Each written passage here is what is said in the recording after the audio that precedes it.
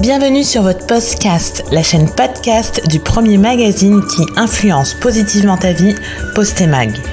Actu, débat, témoignages, psycho, lifestyle, voyage, santé. Installe-toi confortablement, prends un thé, c'est ton moment. Rejoins cette fabuleuse communauté et abonne-toi pour ne manquer aucun épisode. Hello la team! Hello! J'espère que vous allez bien. On se retrouve aujourd'hui en 2023. Donc on vous souhaite tout d'abord une très bonne année 2023. On espère que tous vos désirs, tous vos rêves se réaliseront. Et puis surtout, la santé, c'est le plus important. Et après, monnaie. Je sais pas si tu as des vœux supplémentaires à ajouter, Jenny. La santé, l'argent, et puis que tous vos vœux se réalisent, quoi. Exactement. Donc, on se retrouve sur la saison 2. Ça y est, on est passé sur la saison 2, donc le premier épisode de la saison 2.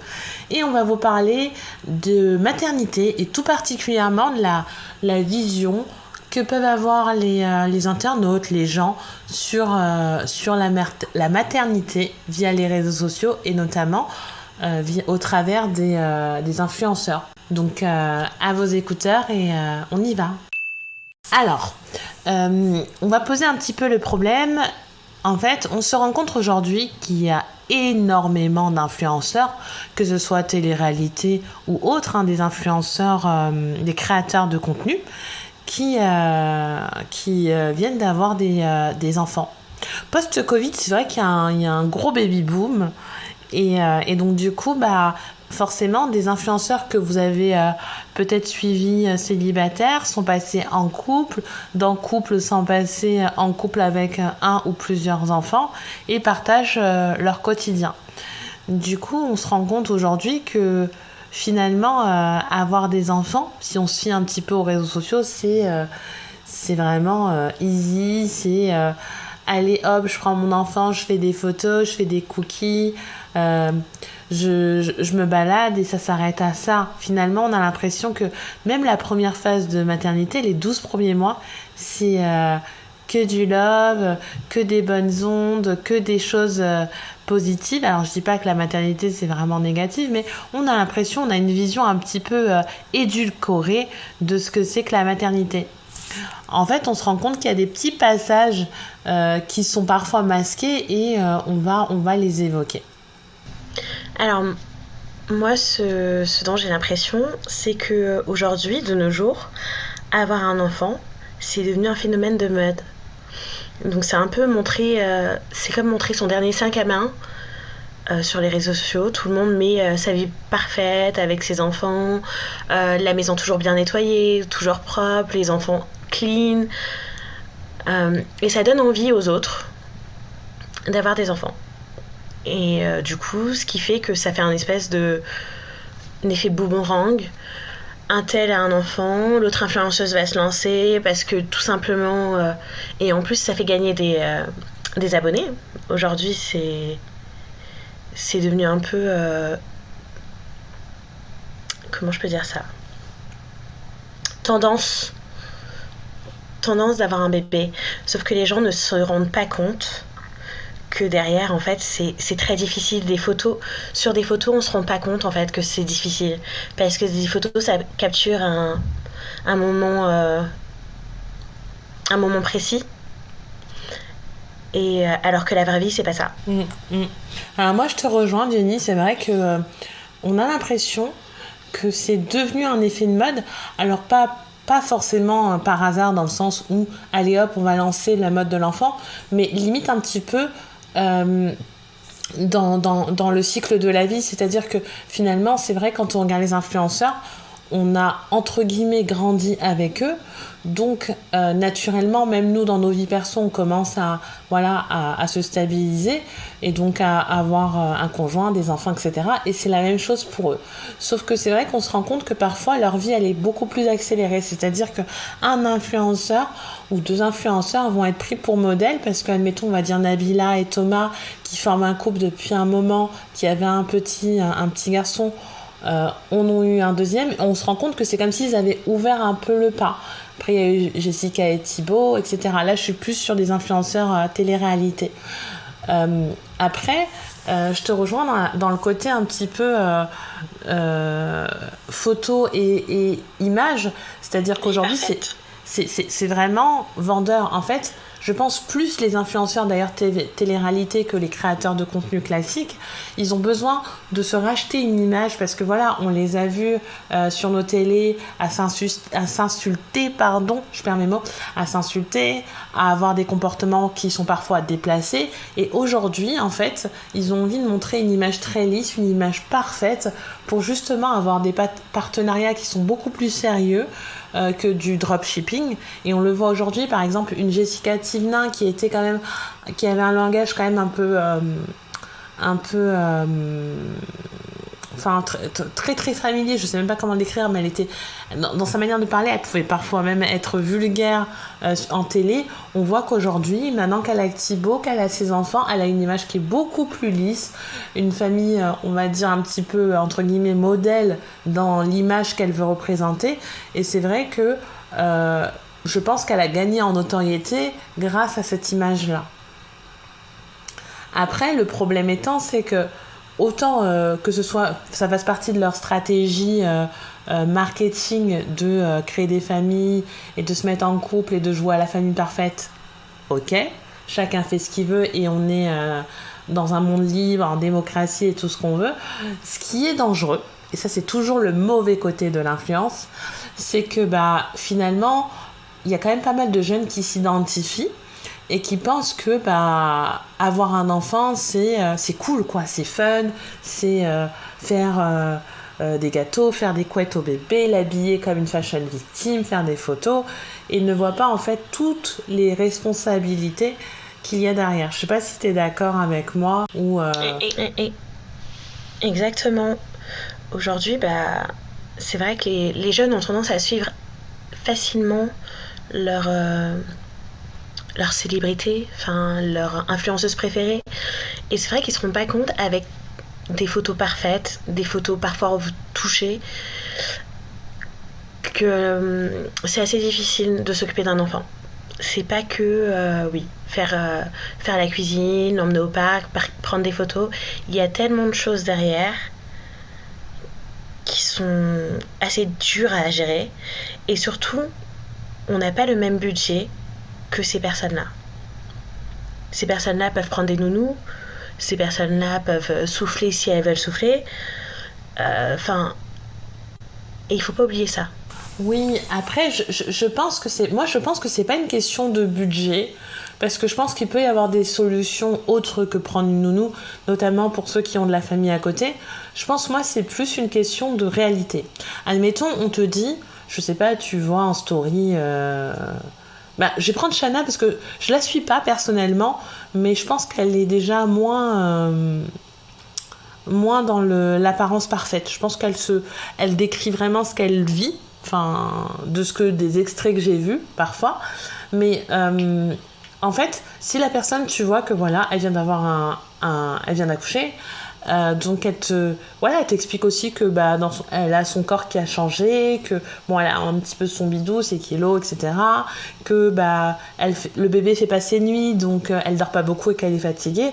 Elle te montre cette réalité là. Après, qu'elle prenne une nounou ou pas, on reprend l'exemple par exemple de l'influenceuse Caroline Receveur.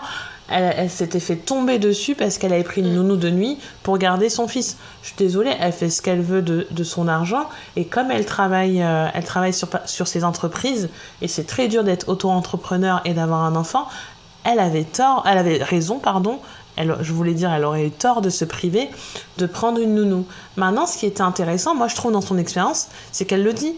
Voilà, j'ai un bébé, et la nuit, le bébé il dort pas, donc je prends quelqu'un pour m'aider. Par contre, quand tu suis les autres, c'est vraiment... T'as l'impression, effectivement, c'est plus un...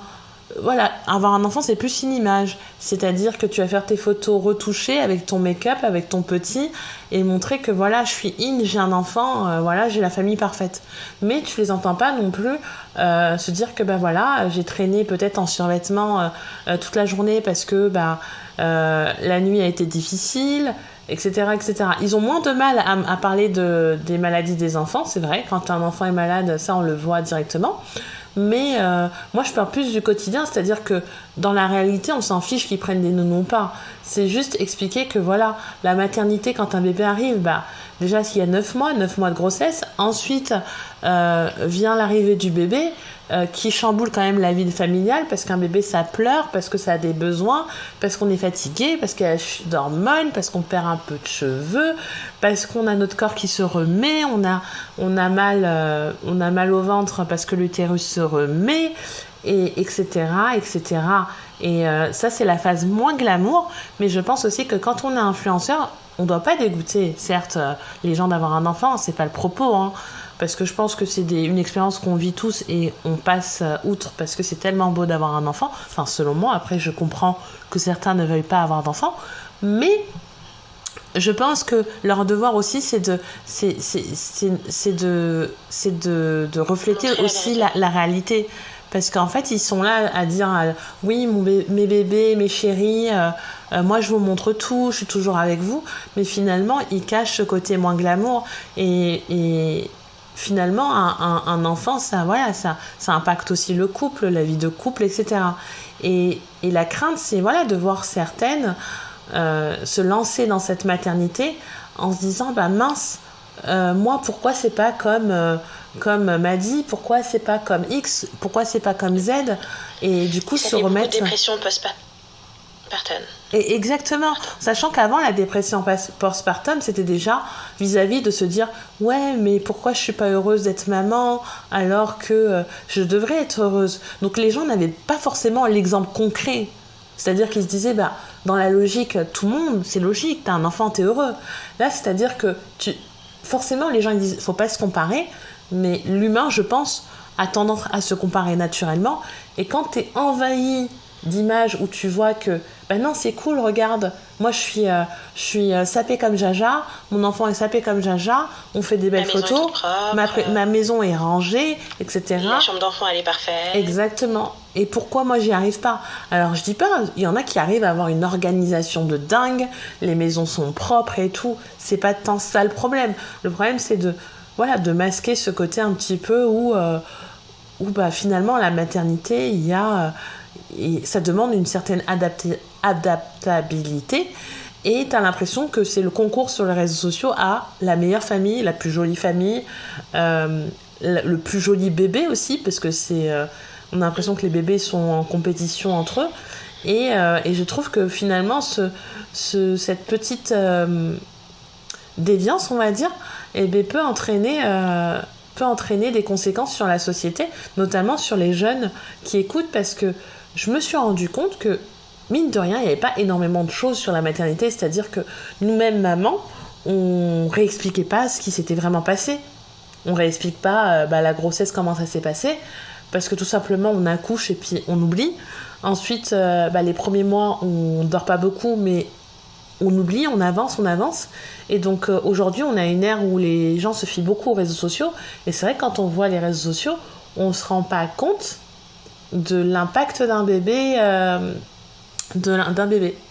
et je suis une influenceuse mince je sais plus comment elle s'appelle, mais c'est pas une influenceuse télé-réalité, créatrice de contenu, c'est Not Just a Mum, quelque chose comme ça. Bon, je vais retrouver, je rajouterai dans l'audio, et donc cette influenceuse, elle avait craqué en direct, je me rappelle, parce qu'on a accouché quasiment au même moment. Elle avait craqué parce qu'elle était épuisée, parce qu'elle avait des difficultés à allaiter, plein de choses en story. Elle avait été aidée par une professionnelle qui en lactation. Et après, elle s'est confiée aussi sur son couple, les difficultés qu'elle a rencontrées suite à l'arrivée du bébé, comment ils discutaient. Donc son couple n'était pas du tout menacé, mais voilà, ça reste quand même intense l'arrivée d'un bébé, sachant que c'était son 3e. Et ça, je trouve que oui, ce genre d'influenceur, c'est plutôt cool, parce que du coup, elle partage sa maternité même avec des photos, mais elle explique aussi sa réalité, et je pense qu'elle aide aussi des femmes qui sont dans la même situation qu'elle, et permet aussi à d'autres femmes qui ne le sont pas de se rendre compte que ça existe, et que voilà, la maternité, avec la chute d'hormones, il y a forcément des effets, quoi. Je sais pas si tu connais quel type d'influenceur toi tu suis. Après, je pense que c'est plus authentique sur des créateurs de contenu non issus de la télé-réalité. Mais voilà. Moi, en soi, j'en suis pas beaucoup. C'est vrai que je suis pas très... je suis pas beaucoup de maman, je suis pas beaucoup de papa. Mais je suis d'accord avec ce que tu dis. Et je pense qu'il devrait en avoir plus. Plus de créatrices de contenu ou créateurs de contenu qui parlent de la vérité, en fait. Qui disent des vérités. Oui, et puis du coup, en fait, finalement, c'est même pas une question d'argent en se disant oui, ils peuvent se permettre d'avoir des nounous, des femmes de ménage et tout. Moi, je pense que c'est plutôt en termes d'expérience, en fait. Je pense qu'on est un peu toutes sur le même pied d'égalité quand il s'agit de dire on a toutes eu la chute d'hormones, parce qu'en fait c'est physiologique à un moment donné. Alors on l'a pas toutes vécu pareil, mais en tout cas on l'a toutes eu. Les bébés, aucun bébé n'est né en faisant ses nuits, donc ça aussi on l'a tous eu. Et c'est vrai que on a l'impression que voilà le monde des réseaux sociaux, c'est un peu mettre des paillettes à tout prix. On met des paillettes dans la vie des gens. Sauf que pour moi, l'influence, ça devrait aussi être réel. Mettre des paillettes pour après engendrer des dépressions postpartum, c'est pas le but en fait. Il faut aussi permettre que, en fait, il faut qu'il y ait une utilité, c'est-à-dire que voilà, moi demain je parle de ma fille, c'est pour donner des tips, c'est pas pour dire regardez, moi ma fille c'est la plus belle, moi j'ai la meilleure famille, etc. Sinon je pense que ça sert strictement à rien, et l'influence qu'on veut avoir sur les réseaux sociaux, elle n'est pas utilisée à bon escient. Et d'ailleurs on le voit, alors là je dis pas que c'est la cause, mais on voit pas mal de séparations d'influenceuses qui ont de jeunes enfants. Alors est-ce que c'est en lien ou pas, je sais pas, mais on peut se poser la question aussi, de se dire est-ce qu'à un moment donné cette image parfaite n'est pas une pression pour le couple en lui-même. Après tout à l'heure quand je parlais de nounou, en fait c'est que certains influenceurs ne vivent pas dans la même réalité que nous, que les personnes lambda, quand je dis nous. Et du coup, ce qu'ils mettent sur les réseaux sociaux, ça ne reflète pas du tout notre réalité, mais c'est la leur. C'est-à-dire qu'elles ont des nounous, elles vont prendre une photo de leur enfant, et directement après, c'est la nounou qui récupère l'enfant. Ce qui fait que l'image parfaite, elle est là pour eux. Mais que derrière, c'est la nounou qui va s'occuper des caprices des enfants, qui va s'occuper de je sais pas, de gérer des scènes qu'une maman lambda, dans la vie de tous les jours, c'est elle qui gère H24 son enfant. Et du coup, le fait de mettre ce genre de photos sur les réseaux sociaux, ça donne envie aux jeunes d'avoir des enfants, sauf que la réalité n'est pas là. On voit pas la nounou s'occuper des caprices des enfants, des pleurs, de plein de choses. Ouais, en fait, je vois ce que tu veux dire. En gros, ce que tu veux dire, c'est que finalement, nous, on pense que c'est pas la réalité, mais en fait, c'est leur réalité parce que Exactement. Ils ont pas cette gestion qu'on a au quotidien, cette charge mentale, etc. Oui, Exactement. Probablement, peut-être que c'est possible, mais c'est vrai qu'en même temps, on le sait pas parce que c'est comme l'émission Maman SLM. Alors, on connaît pas tellement leur vie. Moi, j'avais regardé 2-3 épisodes à l'époque, et c'est vrai qu'on a l'impression que voilà, c'est des mamans qui sont quand même présentes pour leurs enfants, qui font des activités avec leurs enfants, etc. Mais c'est vrai qu'on ne sait pas quand la caméra est éteinte, est-ce que c'est une nounou qui prend le relais, etc. Après, chacun éduque ses enfants comme ils veulent. Si pour eux faire des enfants et les confier à une nounou, c'est normal, why not, en fait, chacun est libre. Mais c'est vrai que du coup, comme on le voit pas, comme les gens ne le voient pas, ils se disent que c'est l'influenceur même qui s'en occupe et qui fait tout. Et c'est ça, avoir des enfants. C'est qu'en fait, les gens, ils se mettent cette image en tête de devenir parents, en fait. C'est ça qui... Mais de toute façon, on le voit parce qu'on avait les couples goals. Comme tu vois, voilà, les gens s'affichaient en couple et « Oh, je veux trop être comme ce couple goal ». Et maintenant, en fait, on a les family goals. tu vois que je veux trop avoir une famille comme, admettons, comme Jazz, comme Hilary ou autre, je mets ça en tête. Mais c'est vrai que ça arrive plus sur des influenceurs, je pense, de télé-réalité, ou peut-être ils ont plus d'audience, donc du coup on le voit un peu plus. Mais j'ai vu une influenceuse, une créatrice de contenu non issue de la télé-réalité, et je suis tombée sur un de ses snaps, Soukaina Two Sisters, et qui a un enfant. Et elle a répondu à une question justement où on lui disait est-ce que tu veux avoir un deuxième enfant, et elle expliquait que non, pas du tout, et qu'elle s'était rendue compte après coup que c'était très dur d'être maman, qu'elle avait plus une minute pour elle, etc.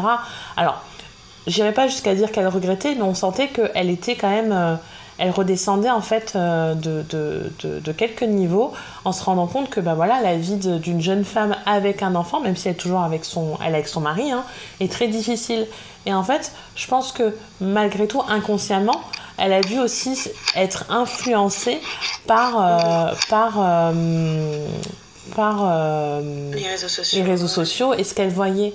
Et c'est vrai qu'aujourd'hui, y a tellement d'images de femmes qui ont des enfants et on a l'impression qu'elles s'en sortent et que tout est facile, que peut-être qu'à des âges très jeunes, certains se lancent aussi dedans sans se dire mince, ça va quand même impacter ma vie. Je pense que même si elle avait pris conscience que ça allait impacter sa vie, elle l'aurait peut-être fait, mais elle aurait été prête et elle aurait accepté la situation.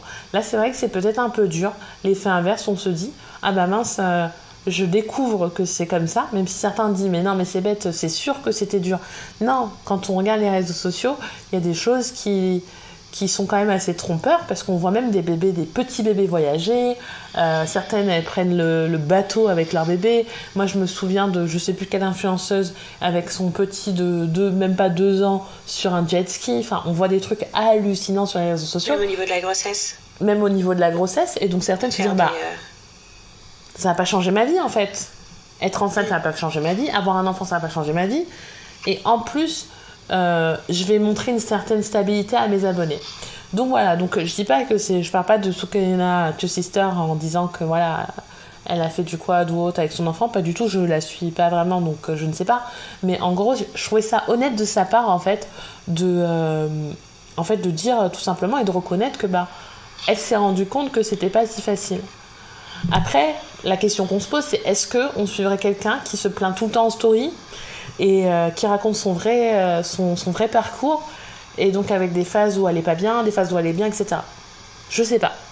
Je ne sais pas si je ne sais pas si les gens vont vraiment que sur les réseaux sociaux pour qu'on leur vende du rêve. C'est ça. Parce que les gens ont peut-être cette envie-là aussi d'avoir plein de pétales plein de paillettes dans les yeux, quoi. Donc après, il faut pas oublier que chaque parcours est différent et chaque enfant est différent. Donc on peut très bien tomber sur un enfant qui crie, qui bouge partout, comme un enfant calme. Donc en fait, il faut vraiment pas se comparer. Ouais, se fier, se comparer avec ces comptes-là. Je crois que c'est bien le mot de la fin, effectivement. Je pense qu'il faut vraiment il faut pas se fier, il faut pas se comparer, même si on vous l'accorde, c'est quand même dur. Il faut aussi se renseigner, c'est-à-dire, une grossesse, c'est 9 mois.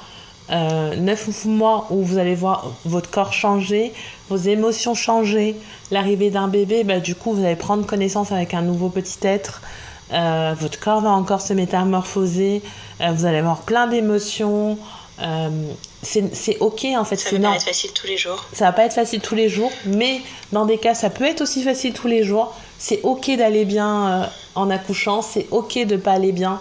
En fait, il faut pas se dire que vous êtes anormal parce que vous avez eu telle ou telle réaction. Le but en fait, c'est que vous, finalement, à terme, vous réussissiez à trouver les clés pour retrouver votre équilibre. Maintenant, ne vous laissez pas influencer par les réseaux sociaux en vous disant pourquoi elle est toujours pimpée et moi je suis en pyjama avec les cheveux gras. Non. Retrouvez votre équilibre en vous cherchant vous-même, la nouvelle vous-même, et avec l'aide de votre conjoint s'il est toujours là, et puis profitez des instants parce qu'un enfant, ça grandit tellement vite que du coup, profitez-en bien. Et voilà, donc on n'a pas forcément de clé pour ce, on va dire, problème de société finalement, mais tout ce qu'on peut vous conseiller, c'est ça. Et puis après, n'oubliez pas que tout ne se passe pas que sur les réseaux sociaux, et donc vous pouvez voilà, vous renseigner. Il y a des BD qui sont bien faites, il y a des livres. Il y a les maternelles. Il y a les maternelles. J'aime bien cette émission. Exactement, il y a aussi des... Il y a aussi des forums. Exactement, et il y a même des sages-femmes, des professionnels de la santé qui sont sur Instagram, comme moi je suis sage-femme .sweetbirds, je vous le mettrai